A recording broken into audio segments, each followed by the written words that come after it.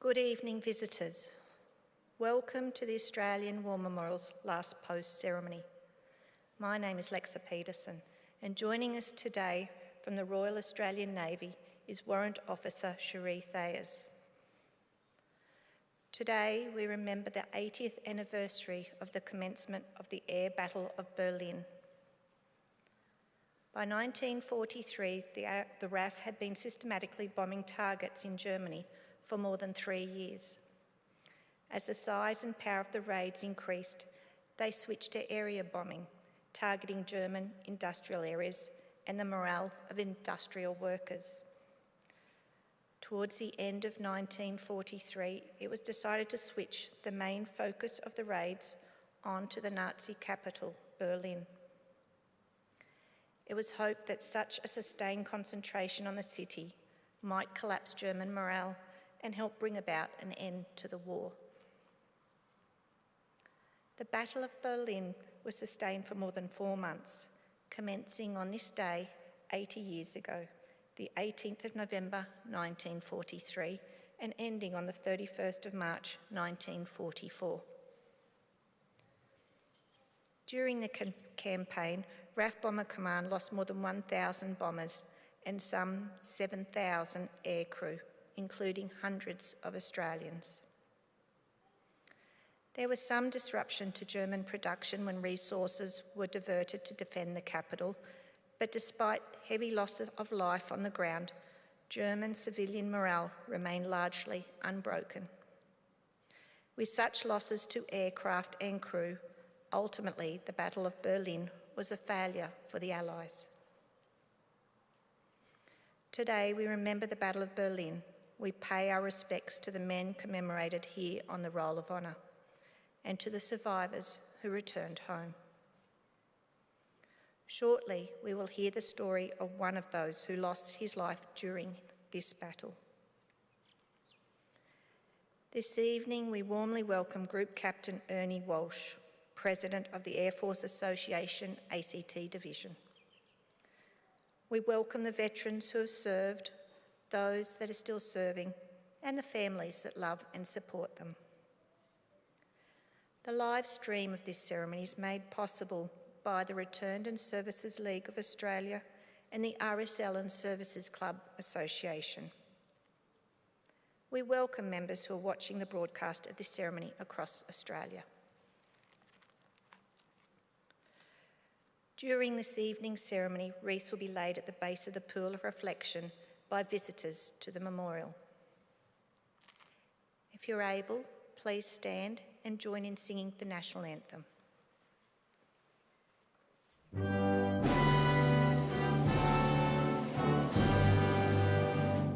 Australians, all let us rejoice, for we are one and free.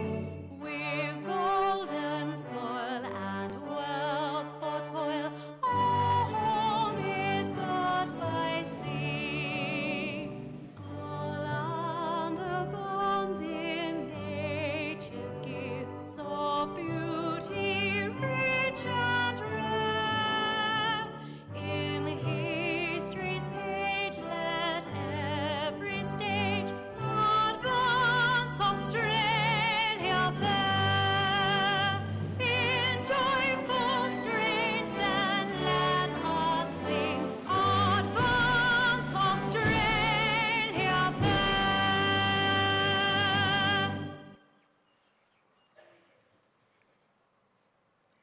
If able, please be seated.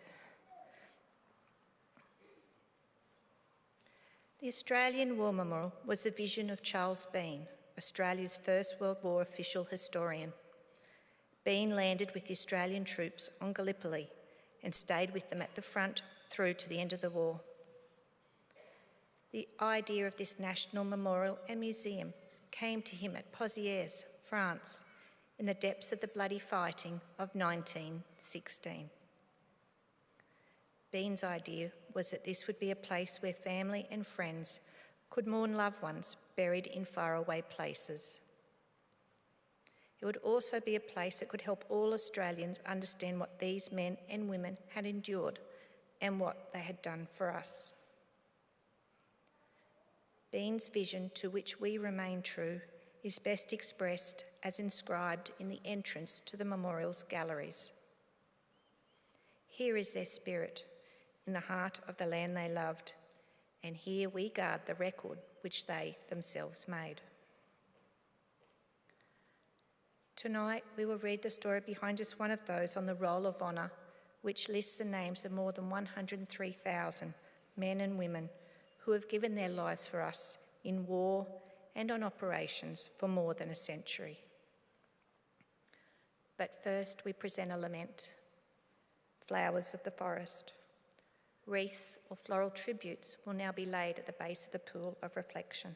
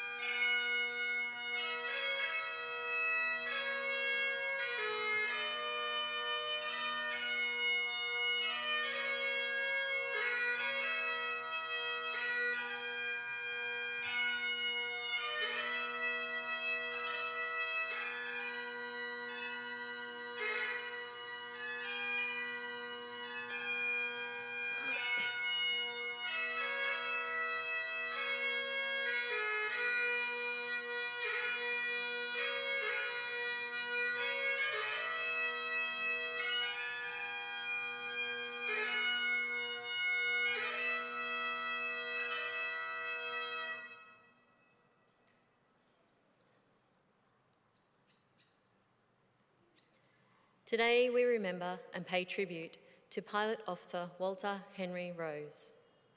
Walter Rose was born on the 31st of December 1920 in Cloncurry, Queensland. Known as Brother, he was the eldest of 9 children born to hotel manager Walter Rose Sr. and his wife Bridget. Educated locally, he went on to work as an electrical apprentice with the Cloncurry Electrical Authority. Walter Rose was in his 3rd year of his apprenticeship when he enlisted in the Royal Australian Air Force. He was accepted in April 1941 and began training at a variety of locations across Australia. Rose embarked for Canada in September 1941 to continue his training abroad as part of the Empire Air Training Scheme. In early October, Rose arrived at the Royal Canadian Air Force Station at Fort Macleod, Alberta. There, he joined the No. 7 Service Flying Training School, and he learned to fly on the twin-engine Avro Anson. Rose qualified as a pilot, earning his wings on the 16th of January. A month later, he was transferred to a depot at Halifax before embarking for the United Kingdom. As part of the Empire Air Training Scheme, he was one of almost 27,500 RAAF pilots, navigators, and wireless operators, air gunners and flight engineers who, throughout the course of the war, joined Royal Air Force squadrons or Australian squadrons based in Britain. In April, Rose joined the No. 27th Operational Training Unit in Litchfield, where he received training for night bombing operations on the Vickers Wellington medium bomber.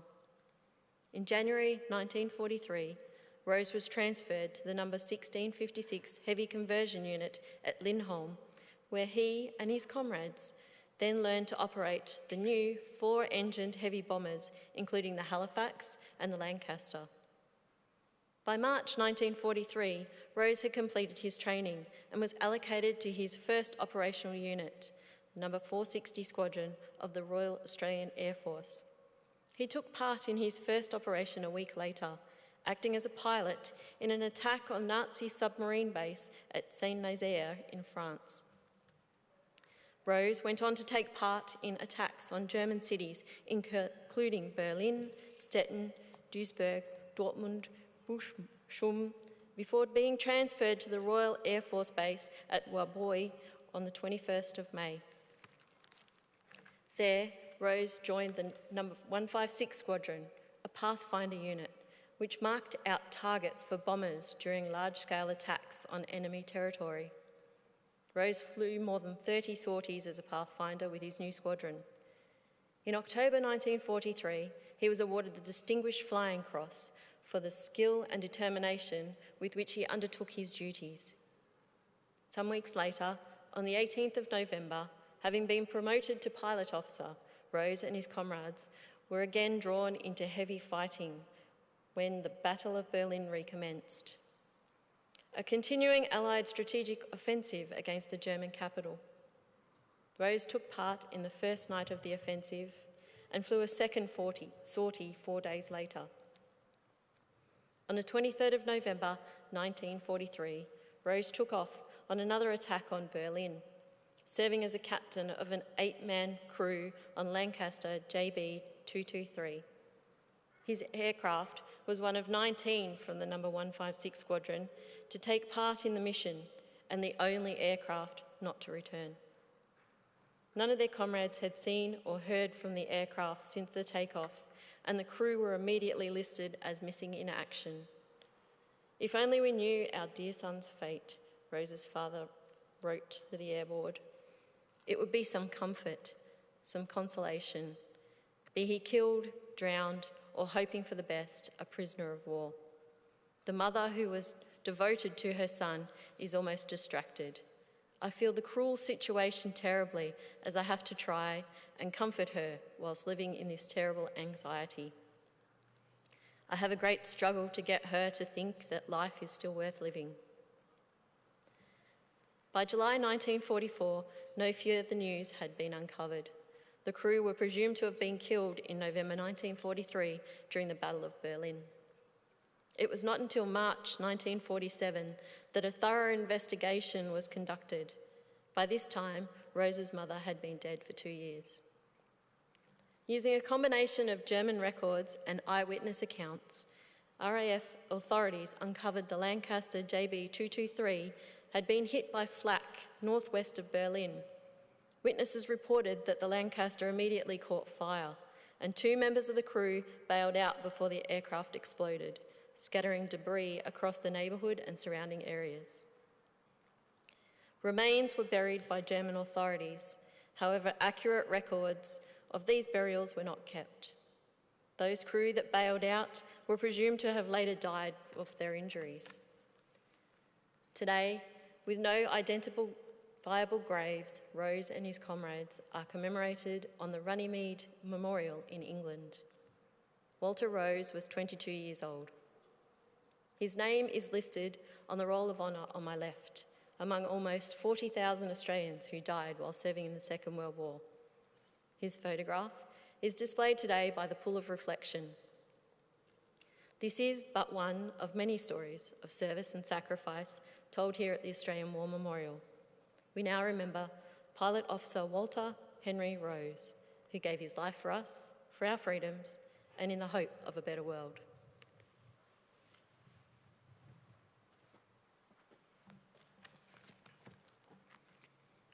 Please stand for the reading of the Ode and sounding of the last post.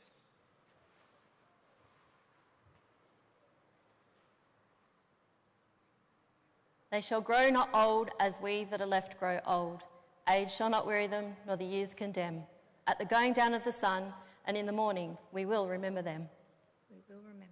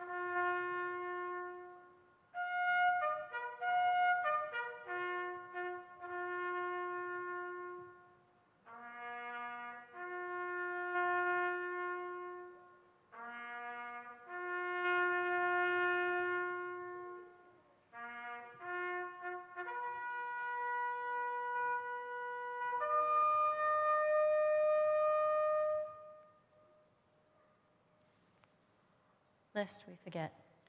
Lest we forget.